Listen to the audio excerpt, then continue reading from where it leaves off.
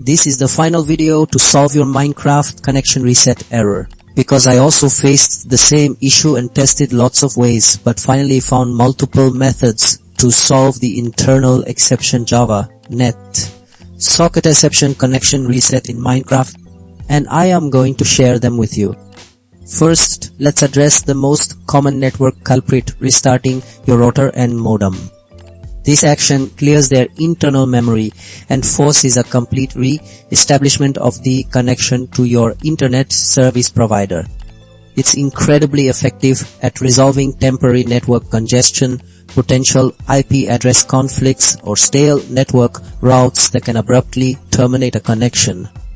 By providing a fresh, clean network state, your Minecraft client gains a reliable pathway to the server. Next, ensuring your Java runtime environment and Minecraft client are fully updated is crucial.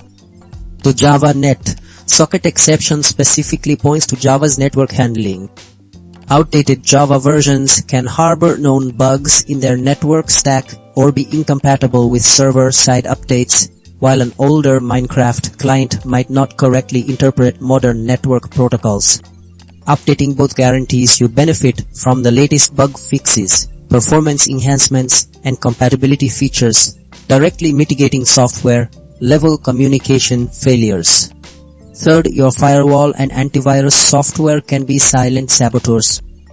These security applications act as gatekeepers, and if misconfigured, they can mistakenly identify Minecraft's legitimate network traffic as a threat, forcibly closing the connection. Creating explicit exceptions or whitelisting Minecraft and Java ensures they are permitted to communicate freely, preventing your security measures from inadvertently severing the socket. Finally, flushing your DNS cache and resetting WinSock can be a lifesaver. A corrupted DNS cache might direct your system to an incorrect or unresponsive server IP, while a damaged WinSock catalog fundamentally disrupts how Windows applications access network services.